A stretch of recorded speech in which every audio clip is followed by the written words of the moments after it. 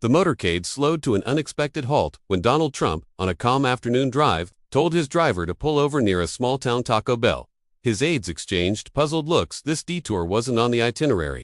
But Trump, known for acting on impulse, had a craving. "I want a taco. Haven't had one in years," he said with a chuckle. Secret Service agents stiffened, wary of the unscheduled stop, but they followed protocol. Inside, customers were mid-conversation when the door swung open and in walked the President of the United States. The room froze. Cups stopped halfway to lips, and eyes locked on him. Trump smiled, waved, and casually said, "Don't mind me, folks, just here for lunch." Some people laughed nervously, others scrambled to take out their phones. Behind the counter, staff weren't sure whether to act casual or snap to attention. Trump ordered simply, 2 tacos and a Diet Coke. As he waited, whispers rippled across the room. For most, it was a funny, once-in-a-lifetime moment. But in the back corner sat a young man, pale and withdrawn, his shoulders slouched. Unlike the others, he wasn't watching Trump. Instead, he stared down at a folded piece of paper on the table, gripping it as though it carried unbearable weight. Trump noticed him. Something about the young man's stillness cut through the buzz of the crowd. For once, Trump's attention wasn't on the cameras. Collecting his tray, Trump did something unusual. He didn't sit apart, but chose a regular table nearby. Fans approached him for selfies, which he obliged, joking about tacos and smiling for photos, yet his gaze kept drifting back to that silent figure in the corner. The young man hadn't touched his food. The taco sat wrapped, untouched, while he sank deeper into his chair, leaning toward an aide. Trump asked quietly, "Who's that kid?" The aide shrugged. "Local, maybe, probably overwhelmed." But Trump wasn't convinced. In the middle of handshakes and snapshots, he suddenly stood, tray in hand, and walked straight toward the corner. The room fell silent.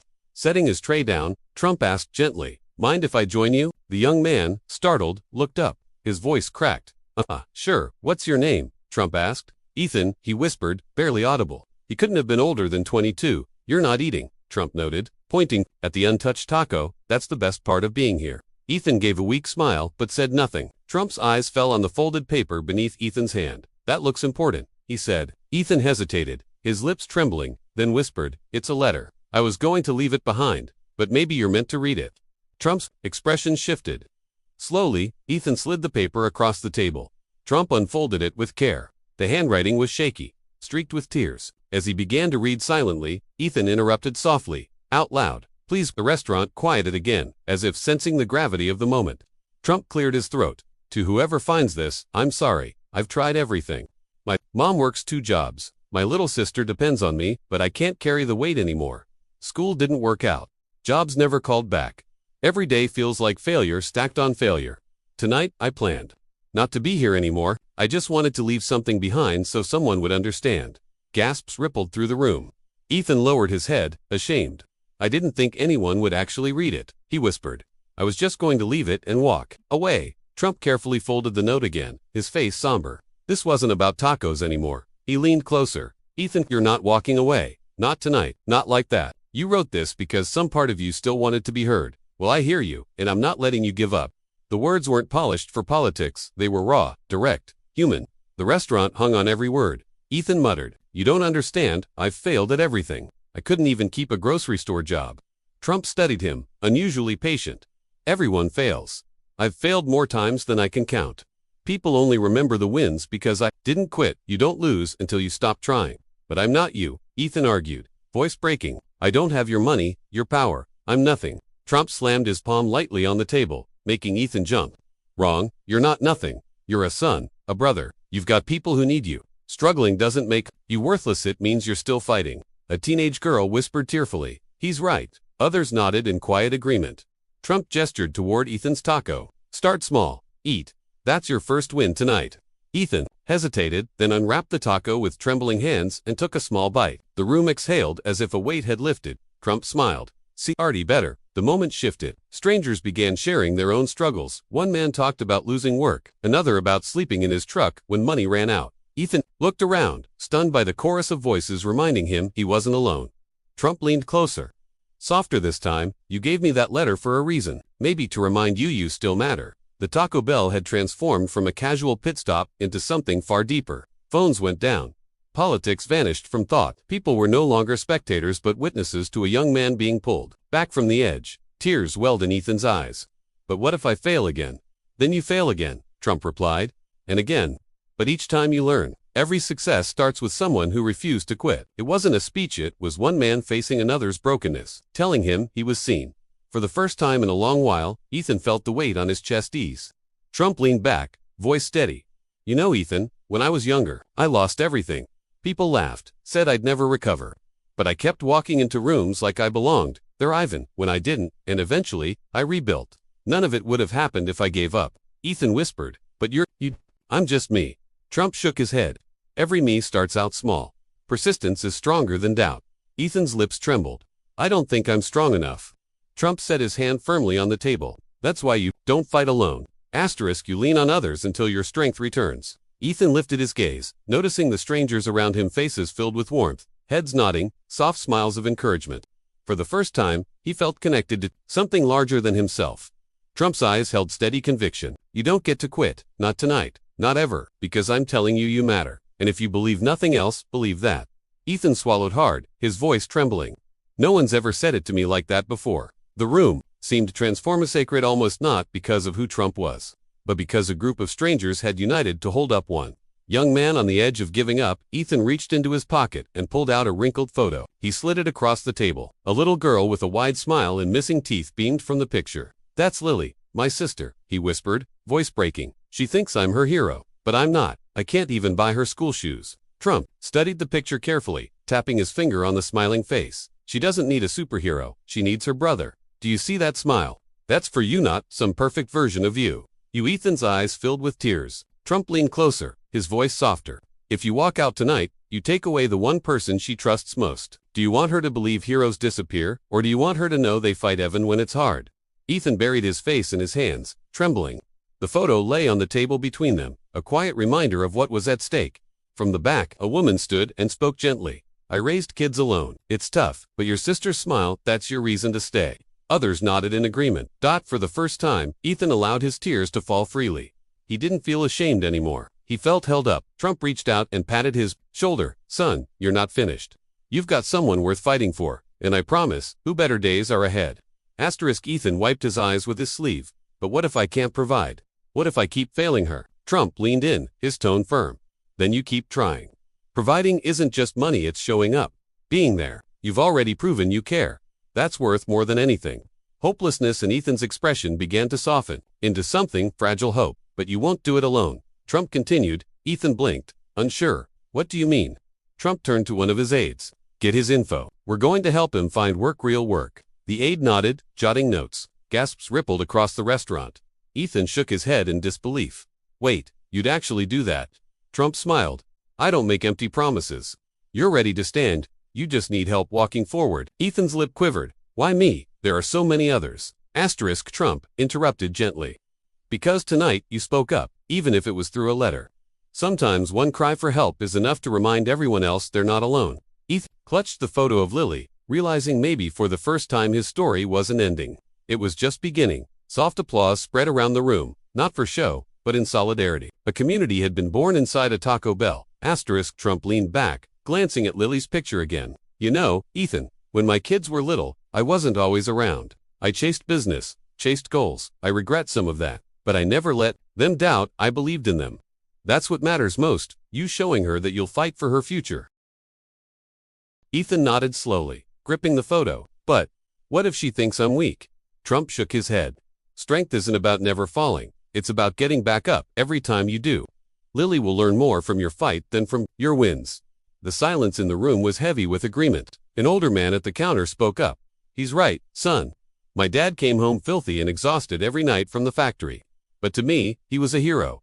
Always. Ethan wiped his tears again, stunned by the compassion pouring from strangers. Trump leaned closer, softer now. You thought tonight was your end, but instead, you ended up here. That's not chance, it's purpose. Maybe I didn't stop at Taco Bell by accident. Maybe I was meant to sit with you. Ethan looked at the letter again, folding it carefully and tucking it away. It no longer felt like a goodbye, felt like a reminder he was still alive. The Secret Service shifted restlessly, but Trump waved them off. His attention was locked on Ethan. Tell me something, Trump asked, gently. What's the dream you've buried under all that pain? Ethan blinked. Dream. Everyone has one. What's yours? Ethan hesitated, embarrassed. I used to draw. I wanted to be an illustrator, maybe in animation, but that's stupid now. Doesn't pay. Trump chuckled. Kid, people laughed when I said I'd run for president. They told me it wasn't possible, yet here we are. Never let anyone else size your dream. But dreams don't pay bills, Ethan muttered. Not at first, Trump replied, but giving up pays nothing. Ever. A teenage girl nearby spoke softly. I want to be a writer. Everyone says it's dumb, but hearing this, maybe it's not. Ethan looked at her, surprised, realizing he wasn't the only one with fragile hopes. Trump pointed at him. Dreams don't guarantee success, they give direction. And right now, you need direction.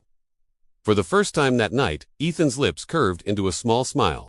A boy who hadn't planned to see tomorrow suddenly allowed himself to think about the future. Trump slid a taco across the table. Eat another. No soldier fights on an empty stomach. Ethan chuckled weakly, but obeyed.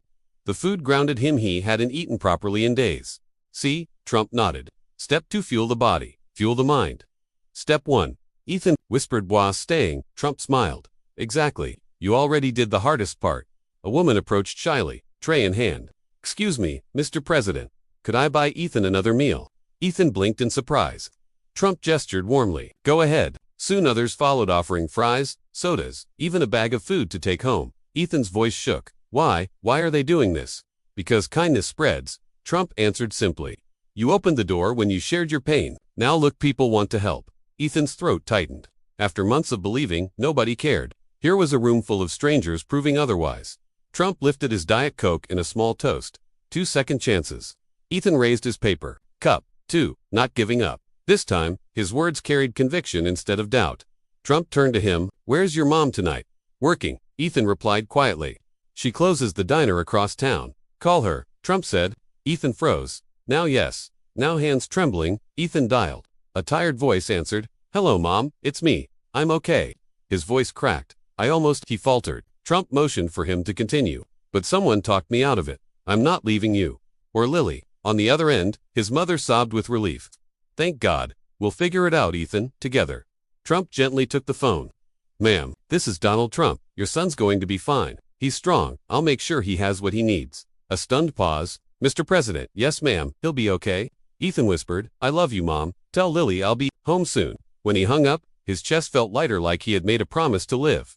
Trump leaned back. Feels good, doesn't it? Saying it out loud, Ethan nodded. Yeah, it feels real now. That's how change begins, Trump said, with a choice, and you just made one. For the first time, Ethan's truth had been met, not with rejection, but with acceptance. From across the room, a man spoke quietly. Son, I've been where you are. Lost everything. Thought about ending it, but 20 years later, I've got a family, a small business. You never know what's ahead. Just keep walking. Ethan looked at him, realizing he wasn't alone in the darkness. Trump gestured toward the man. See, you're not the first. You won't be the last. But you can be one of the ones who makes it through. Ethan drew a deep breath, his first real breath in a long time. Trump's voice softened. Hope is like a seed, tiny at first, fragile, almost invisible. But when it's cared for and watered, it grows into something far greater than you ever imagined. Ethan glanced down at the letter before him. Just hours ago, it had felt like a gravestone, his final word to the world. Now, in this unlikely place, it felt more like soil. Soil where new life might just take root. A gentle voice broke the silence. Can we pray for him? Asked a middle-aged woman, clutching a rosary in her hand. Ethan looked startled. His eyes darted toward Trump, who nodded softly. If he's all right with it. Ethan hesitated, then whispered, almost to himself, yeah, I think I'd like that. The woman rose from her chair, and soon, nearly everyone in the Taco Bell stood with her. Strangers linked hands, some bowed their heads, others simply closed their eyes. The room, once buzzing with chatter, now held a sacred stillness. Her voice trembled but carried strength as she prayed. Lord, give this young man the courage to go on. Remind him that his life has value, that he is loved, and that his story isn't finished. Tears streaked down Ethan's cheeks. Never in his life had he felt so held by people who didn't even know him, yet cared so deeply.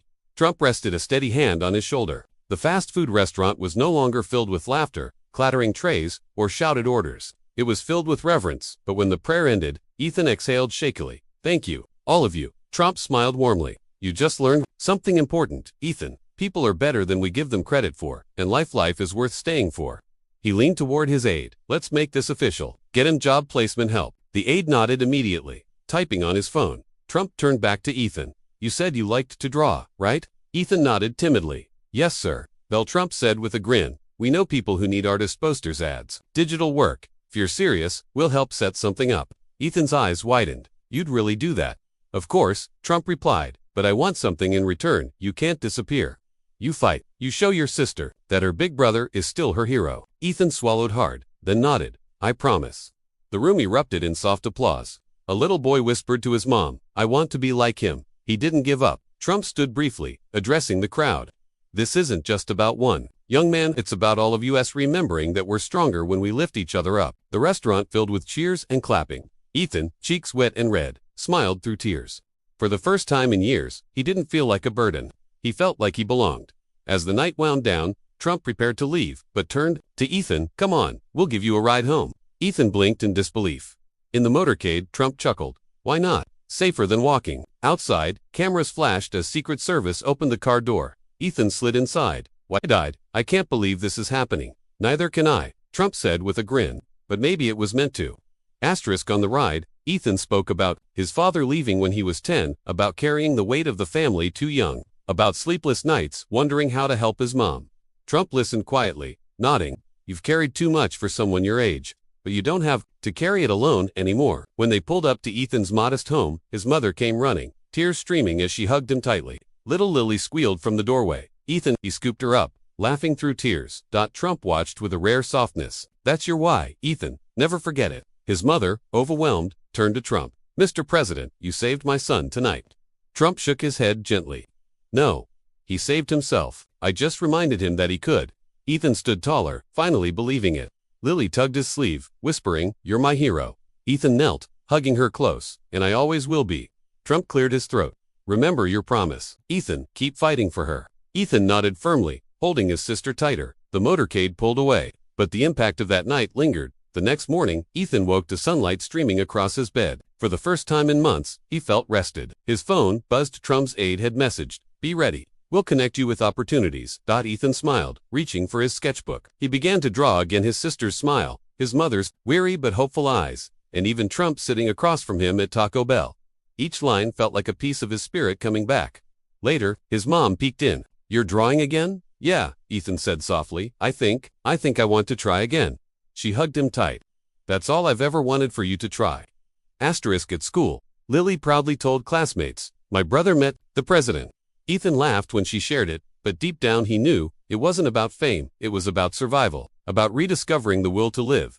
News of the Taco Bell encounter spread online, inspiring thousands. The hashtag stay for tomorrow trended as strangers shared their own struggles. "I almost gave up too, but now, I won't." Letters poured in, thanking Ethan for reminding them to keep going.